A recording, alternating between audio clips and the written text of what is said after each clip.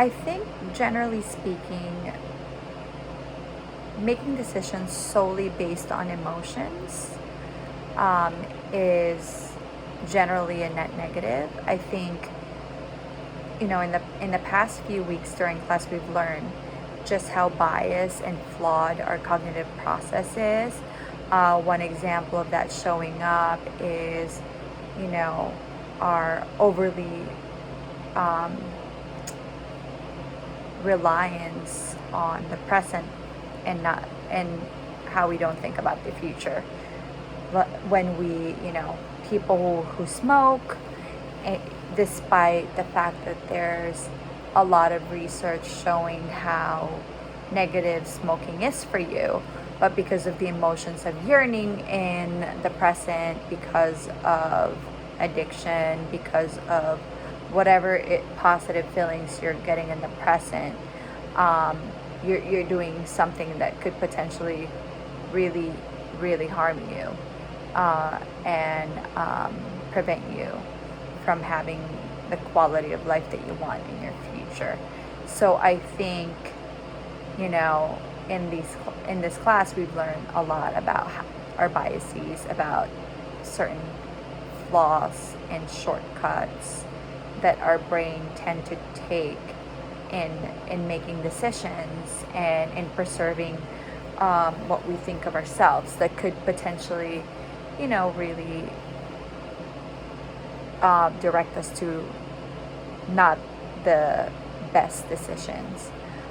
I do agree with the article that I think there's been a very strong emphasis on happiness lately.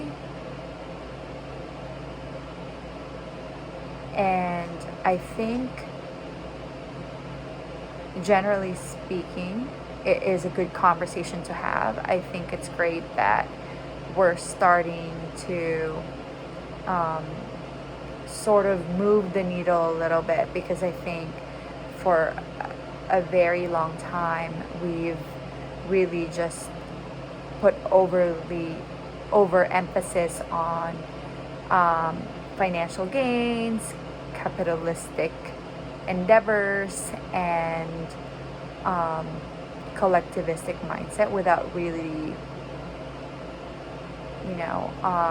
thinking about our individual happiness. So I think there's some positive in thinking about, like, what exactly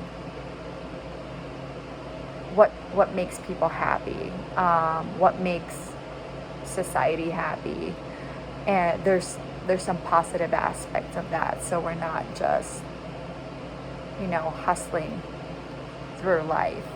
And following on what my other classmates have done in the class, like, I also want to comment on the idea of venting and then the video. Despite I do see validity in both arguments.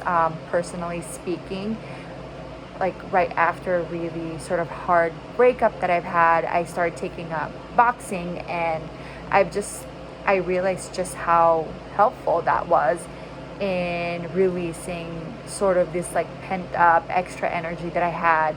And it's really but aside from boxing, running kind of does the same thing for me. I think just,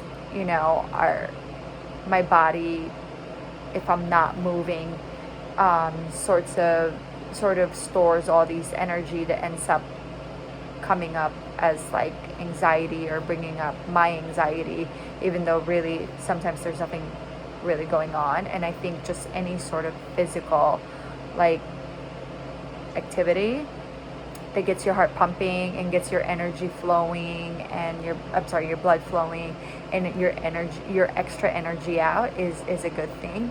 I do see why the research also shows that there might be some negative aspects of venting. I do see that, like, if you tend to sort of ruminate on a certain subject, it brings forth that idea and it kind of keeps it in your head. And I think that's kind of similar to the, what the heck effect. Like, if you are trying to avoid a certain situation, you you you tend to end up kind of causing more of the opposite effect than what you had intended.